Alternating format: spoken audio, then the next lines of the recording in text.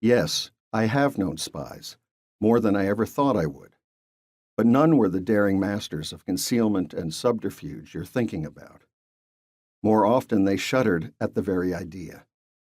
I knew a woman in New York when the city was in the hands of the British. She hung a red towel on a clothesline to signal that a plot was underway to capture a turncoat, and throughout the day, while it fluttered in the breeze, she went about her work with trembling hands. A gregarious tailor I called upon extracted military gossip from his British Army clientele, which got passed to Washington's camp.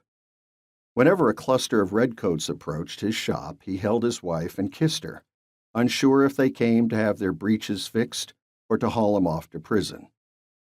A ring of informants delivered coded messages, as I once did, to a dry goods merchant, who received them with feigned ignorance. He passed the missives to the proprietor of a coffee house, who would further them to their destination. And when the merchant returned to his store, he would sit in a chair behind the counter, as tired as if he had carried 10 sacks of grain. By some measure, we are all spies, of one kind or another. Some play bit parts in grand schemes and swallow the risk like a bitter drug. A few will travel behind the lines to gauge an enemy's strength, or befriend a double-dealing rogue to unmask a secret treason. But I've learned this, that every honest man spies upon himself foremost, to see what hides in his own dark alleys. A bloody war can oust a king, but the skirmishes we fight alone, in silence, also make their mark on the world. I was a soldier in the Revolution. This would have pleased my father, who measured his worth in the currency of honor. But my mother made me promise to live 70, and she knew the cost of soldiering. In a world in which young breath can expire in a cough, she wrapped her arms tightly around me.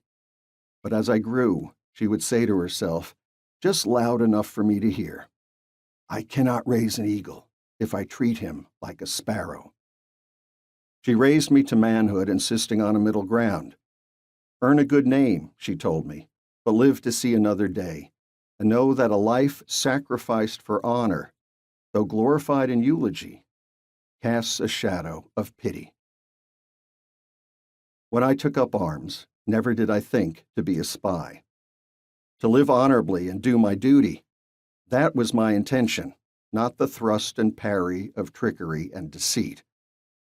To be a spy is to risk both life and honor on a game of dice. I would not do it. John Andre was different. He made a bet.